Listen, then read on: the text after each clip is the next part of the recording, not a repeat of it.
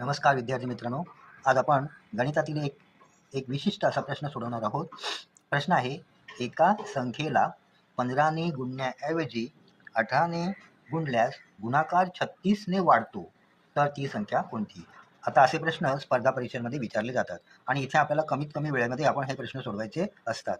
आता आपण जर ती संख्या x वगैरे मानून आपण जर प्रश्न सोडवायला गेलो तर खूप वेळ आपल्याला लागेल, पण आपल्याला कमीत कमी वेळेमध्ये हे प्रश्न सोडवायचे आहे. आता इथे अट आहे की गुणाकार 36ने वाढतो, तर आणखीन एक अट अशी पण असू शकते, गुणाकार 36ने कमी होतो. म्हणजे इथे वाढ आणि घट असे दोन्ही अटी असू शकतात.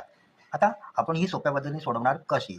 सोपी ट्रिक काय आहे, तर आपल्याला इथे काय दिलेलं आहे, आपण 15ने गुणतोय, पण त्या गुणण्याऐवजी 18ने गुणतोय आणि तिथे गुणाकार जो आहे तो 36ने वाढतोय. मग इथे आपण काय करायचं, गुणाकार 36ने वाढतोय ती संख्या आपण अंशस्थानी घ्यायची आणि त्या संख्येला आपण ज्या दोन संख्या गुणणार आहोत म्हणजे 15 आणि 18 यांच्या फरकाने आपण भाग लावणार. म्हणजे 18 वजा 15.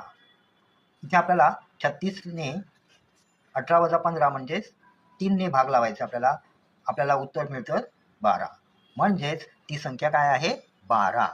आणि आपला पर्याय आहे सी, 12. अशा प्रकारे हा प्रश्न आपण सोडवू शकतो. धन्यवाद.